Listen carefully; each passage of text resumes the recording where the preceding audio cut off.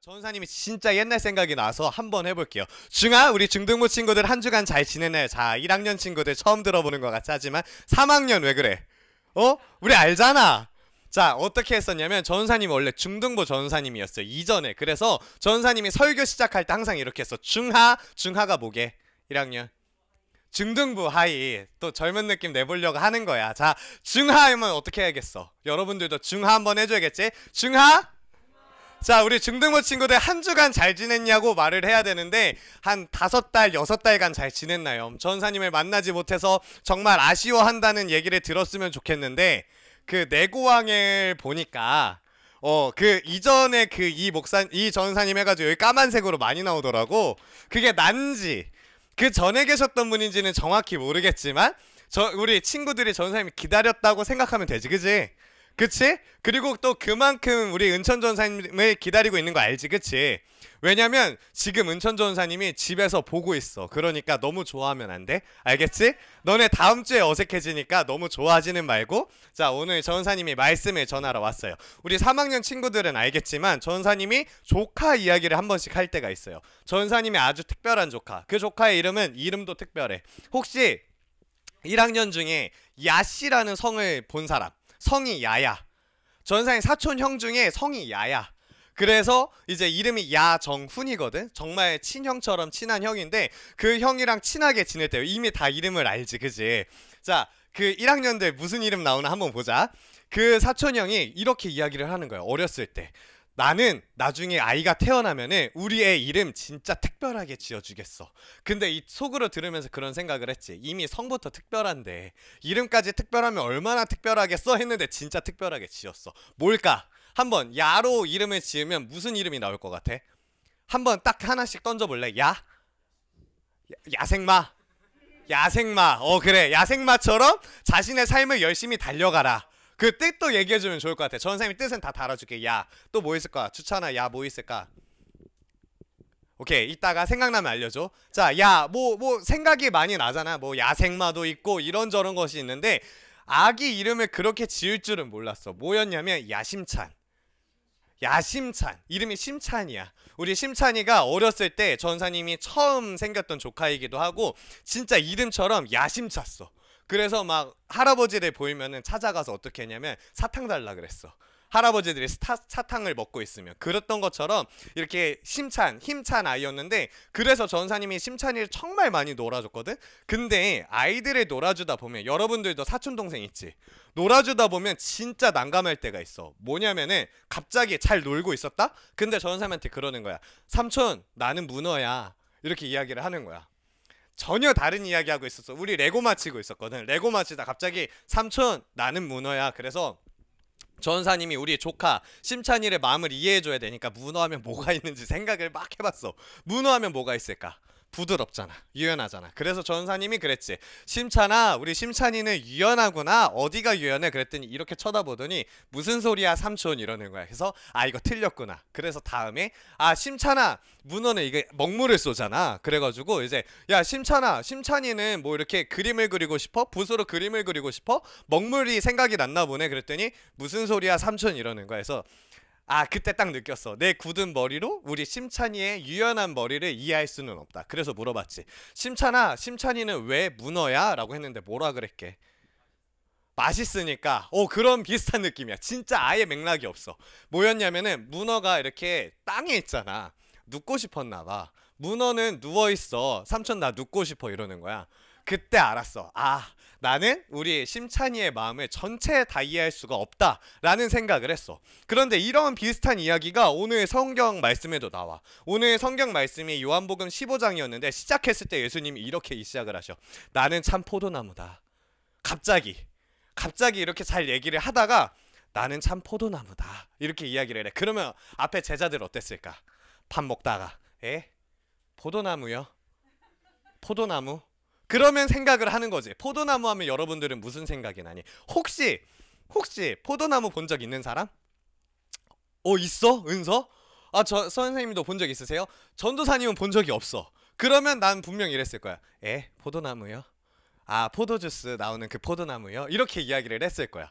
그런데 예수님이 이런 말을 요한복음에서 진짜 자주 해. 자, 전사님이 7번 나오는데 7개 다 얘기를 해줄게. 첫 번째, 나는 생명의 떡이다. 나는 생명의 빛이다. 나는 문이다. 나는 선한 목자다. 나는 부활이요 생명이다. 나는 길이요 진리요 생명이다. 그리고 마지막에 나는 참 포도나무다. 7번이나 하셨어. 그때마다 제자들 이랬겠지, 그치? 그리고 어느 정도는 이해가 될 만한 게 있어. 나는 선한 목자다. 좀 그림이 그려지잖아. 근데 나는 문이다. 아, 네. 방금 제가 열고 온 그 문이요? 아니면 다른 문을 뭐 다른 말하는 거, 이런 마음이 느낄 수 있잖아. 그래서 제자들이 진짜 당혹스러웠을 거야. 근데 포도나무가 어떤 의미인지를 생각해보면, 아, 예수님이 무슨 생각을 했었는지를 어느 정도는 알 수 있어. 마치 심찬이가 어떤 생각을 했었던지 알 수 있었던 것처럼. 자, 포도나무를 생각하면 우리는 보통 보라색, 초록색을 생각하지. 포도는 이제 보라색이고 초록색 이제 나무가 있기 때문에 풍성하게 포도가 많이 맺혀 있는 그 포도나무를 생각을 하게 될 거예요. 그런데 우리가 하나 알아야 될 게, 포도나무가 언제 열매가 맺히냐면 8월. 우리 한국에서 가장 더울 때 언제? 8월.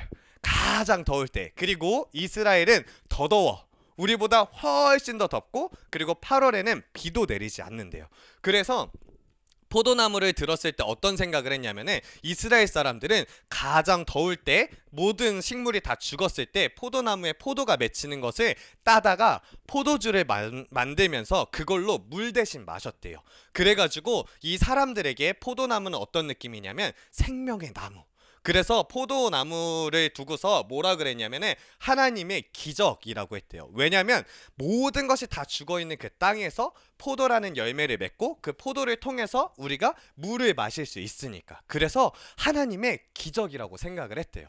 그런데 우리가 한 가지 더 알아야 될 게 있어. 우리는 포도나무를 그냥 생각하면 풍성하고 물 주고 포도주 만들고 포도 음료수를 만드는 그런 생각을 하잖아. 그런데 우리가 하나 더 알아야 될 게, 구약에서 포도나무를 뭐라고 하는지를 한번 봤으면 좋겠어요.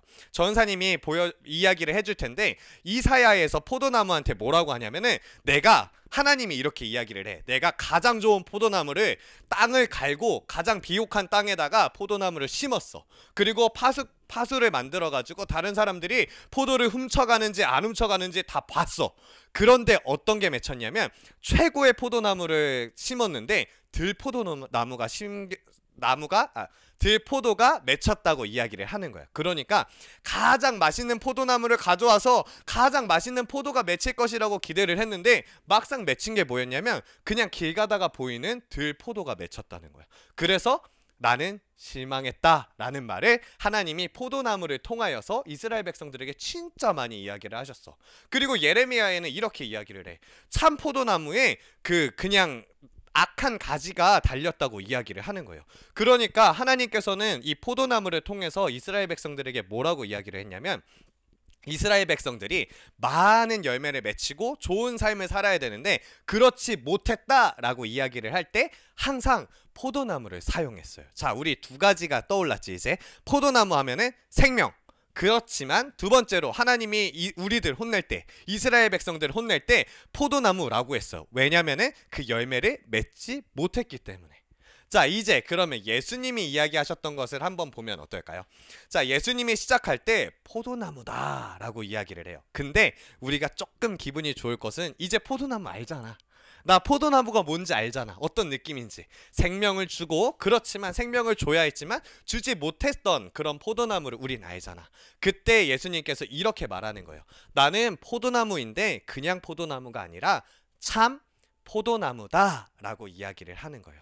이제부터 예수님이 무엇을 하시겠다고 이야기를 하는 거냐면, 너희 이스라엘 백성들이, 그리고 우리들이 진짜 좋은 포도나무로 하나님을 만나고, 그리고 그것처럼 좋은 포도 열매를 맺었어야 되는데 너네 그렇지 못했지?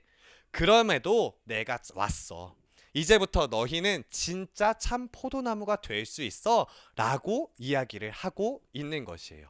그래서 예수님은 시작할 때 나는 참 포도나무다라고 이야기를 하고 계신 거예요. 그래서 이제 그 다음에 뭐라고 하냐면 예수님은 참 포도나무고 우리는 뭐냐면 거기에 매달려 있는 가지라고 이야기를 해요. 이 가지에 또 뭐가 매달리게 되겠죠? 나중에 시간이 지나면 열매가 맺히게 되겠죠. 그것처럼 우리들을 통하여서 열매를 맺을 것이라고 이야기를 하고 있어요. 그래서 우리는 어떻게 해야 되냐면 참 포도나무이신 예수님 옆에 착 붙어 있어야, 그래야 우리가 포도나무로부터 이제 힘을 받아가지고 열매를 맺어낼 수 있겠죠. 그쵸? 그런데 만약에 가지가 포도나무에서 떨어져 있어요. 그냥 우리 지나가다가 땅바닥에 가지 떨어져 있는 거 봤잖아. 그치? 거기에 열매 맺혀 있는 거 본 사람? 없어. 왜냐면은 가지는 나무로부터 힘을 얻어야 되기 때문에 가지 혼자서는 생명을 잉태해낼 수가 없어요. 그래서 우리는 어떻게 해야 되냐면 예수님 곁에 착 붙어 있어야 거기서부터 힘을 얻고 거기서부터 열매를 맺어 나갈 수가 있다는 것이에요. 자, 그리고 또 하나 기억해야 될 것은 예수님께서는 그냥 이렇게 붙어 있기만 이야기를 한 게 아니에요. 그냥 몸만 붙어 있고 그냥 우리가 예수님 교회만 오고 그리고 말씀만 읽는 것만을 이야기하지 않아요. 이어서 뭐라고 말씀을 하시냐면은 5절에 5절이 아니라 8절에 이렇게 말씀을 하고 계세요.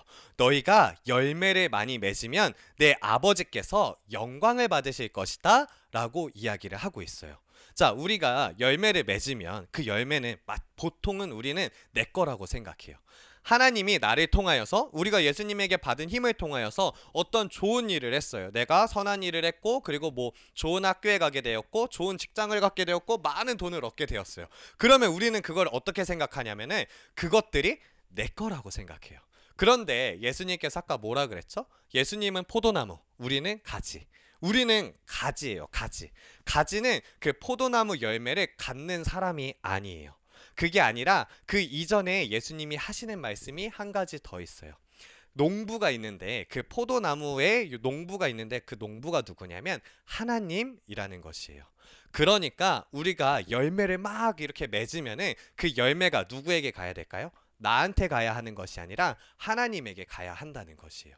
그것이 하나님께 영광을 올려드리는 것이고 우리가 이제 살아가면서 여러분들에게 정말로 많은 생명의 열매들이 맺혀 나갈 거예요. 그런데 그게 우리는 항상 겸손하게 생각해야 할 것은 그 열매가 나의 것이 아니라 하나님의 것이라는 것을 항상 기억해야만 해요. 그래서 예수님께서 마지막에 이렇게 말씀하세요.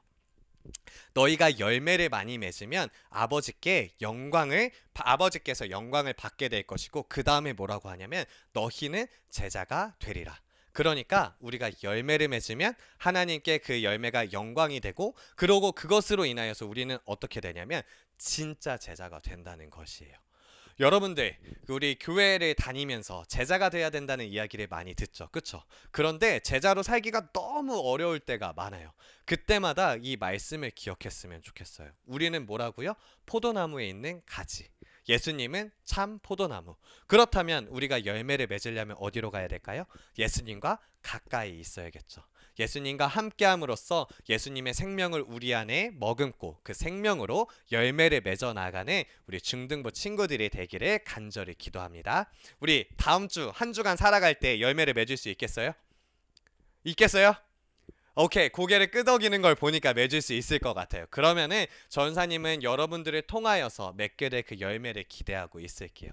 그리고 그것으로 기뻐하실 하나님을 기대하고 있을게요. 전사님이 말씀을 마치면서 기도할게요.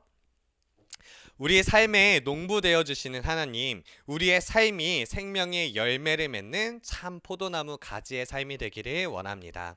우리 자신의 힘으로 열매를 맺으려고 하는 것이 아니라 예수 그리스도의 생명으로 말미암아 열매를 맺어 나아가기를 원합니다. 그리스도의 생명이 우리 안에 가득 차서 그 생명이 자연스럽게 흘러나가는 삶을 살아가게 하여 주시옵소서.